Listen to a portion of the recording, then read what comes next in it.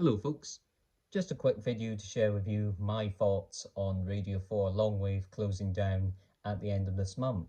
It's the 1st of June 2026 and Radio 4 Longwave's due to close down on the 27th, which is a Saturday I think.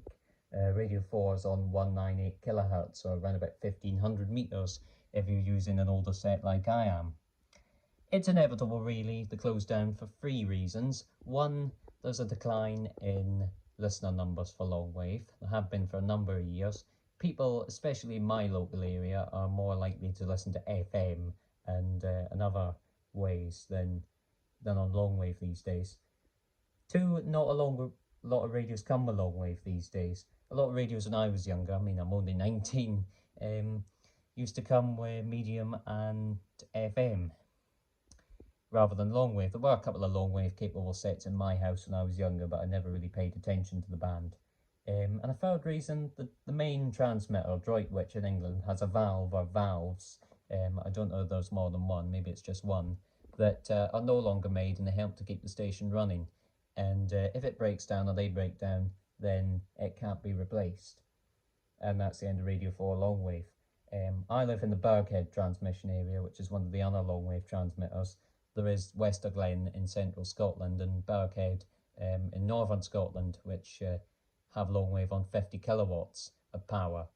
Droitwich is 500 kilowatts of power and is the main longwave transmitter, which reaches the UK, Ireland and even parts of continental Europe. It's going to be a shame to see longwave mostly redundant in the UK.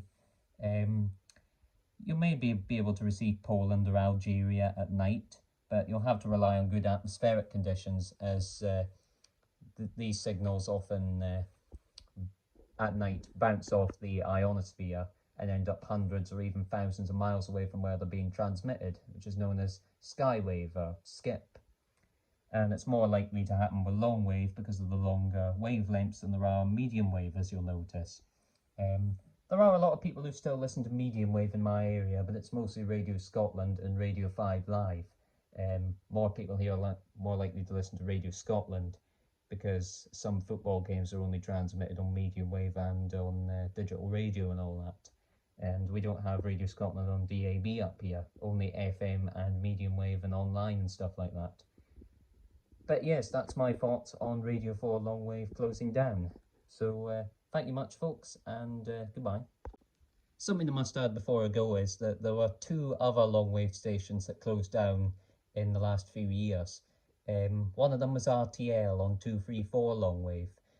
It was a French station, but it transmitted from the Grand Duchy of Luxembourg on a very powerful longwave transmitter.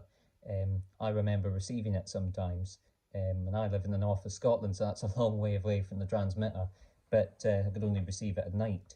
They used to switch off the transmitter at midnight in its later years to save on costs, but before then they kept the transmitter going 24/7, but in its later years they switched it off at midnight abruptly. But then they just took the step to close it. The other longwave station that's gone is RT Radio 1 on 252 longwave, which used the former mast for Atlantic 252. In its later years they reduced the transmission power of that mast, whereas during the Atlantic 252 days it was on 500 kilowatts. But they closed it down a few years ago.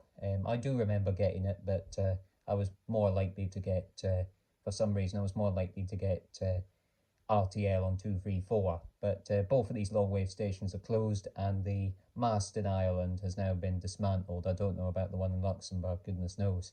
If somebody could tell me, then I would appreciate that. But yeah, I don't know if any pirates are able to transmit onto longwave. I'm probably more likely to do it on medium wave and FM, but goodness knows, we'll just have to see. Right then, that's me off now. Thank you very much. Goodbye.